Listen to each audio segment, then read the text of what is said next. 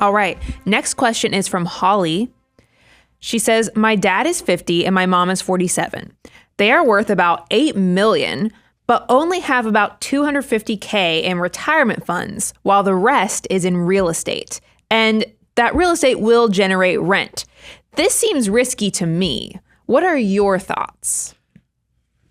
I don't know if we know quite enough information. Because to be 50 and 47, not old, by the way. That sounds like super young Holly ages. could be my daughter. To be 50 and 47, to have $8 million, was that the net worth? That's how much is in real estate. Most of that was in real estate. Yeah. That's impressive, right? Like that is a substantial net worth that your parents have been able to amass.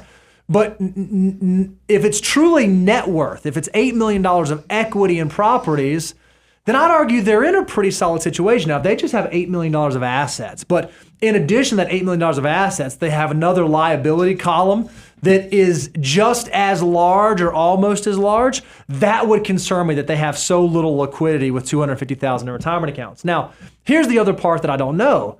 You say that they only have $250,000 in retirement accounts. Well, that might mean they only have $250,000 in their 401k or in their Roth IRAs or IRA rollovers.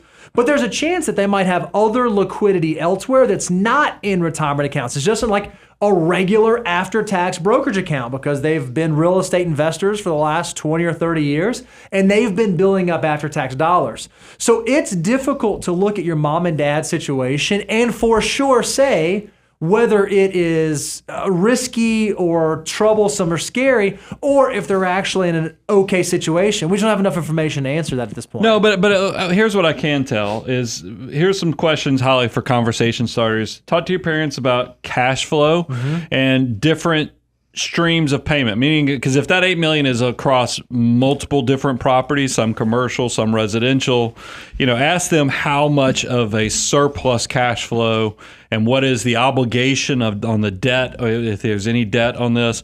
Go ahead and start having those conversations because cash flow will let you know how risky this all is, because if you're counting on, hey, you got to have the rent come in to pay the debt, on the mortgages on the property, that's a risk. However, maybe this property, because they're in that 50 to 47 age where they've probably hopefully de-risked some of their life. Maybe there's low mortgages on this, and that cash flow could be really nice coming in, and that's really going to help offset the lack of retirement savings if they have great cash flow with low mortgages. So talk about cash flow and talk about the different diversity of streams, meaning how many properties or how concentrated is this. Second thing you need to have a discussion about. Right now, estate planning is set to sunset. A lot of the estate exemptions are set to sunset at the end of 2025. Yep. And they're well below the current threshold.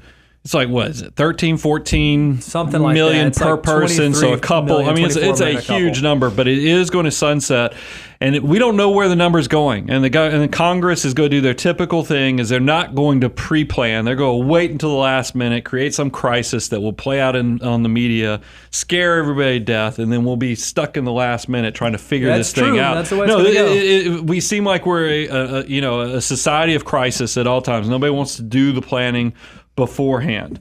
So have those conversations, because that's where I've run into issues with clients sometimes, is they have all this wealth in real estate, and then if that's illiquid by its nature, and then they change these estate laws, you just need to be prepared and have some type of plan for that as well. And then the third thing, and this is more of a thing I said that needs to occur, but it's already occurring by you even asking this question, is that have a long-term plan with real estate, with your loved ones. And it sounds like you and your parents talking about this. This is a powerful thing.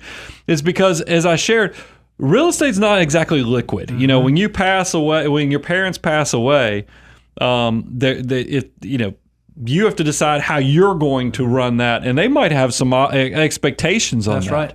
I mean, I've already started having those conversations with my daughter, my oldest daughter, because I just want to make sure she doesn't get in a situation where if something happened to me and my wife, that she sells something that I know the value and she might not know in this desperate time and be taking advantage of. Because when stuff is illiquid, you will have people come to you and try to take advantage of you in your time of desperation. So it's good to have good conversations now so you can understand, hey, what is this property worth? What are your expectations? What will be required of me? So it's good that y'all are having those discussions because your parents have done some built up a pretty good net worth, a substantial net worth. And I love that y'all are already in such a healthy situation that you're having good open dialogue. And good on you, Holly, that you're also watching a personal finance show. Because like I said, you probably are my daughter's age, or maybe a little bit older, but that's awesome. I mean, I love that because it shows that because you hear the stat that most millionaires, 80% of them are first generation. And then we know the sad part of that stat is that 70% of the wealth is gone by second generation. 90% of that wealth is gone by third generation. The sheer fact that you're watching our content shows that your parents rocked it, that here you are, you're not going to be in that stat. You're going to be in that 30% that is going to continue to grow and build off of the foundation that was already come before you.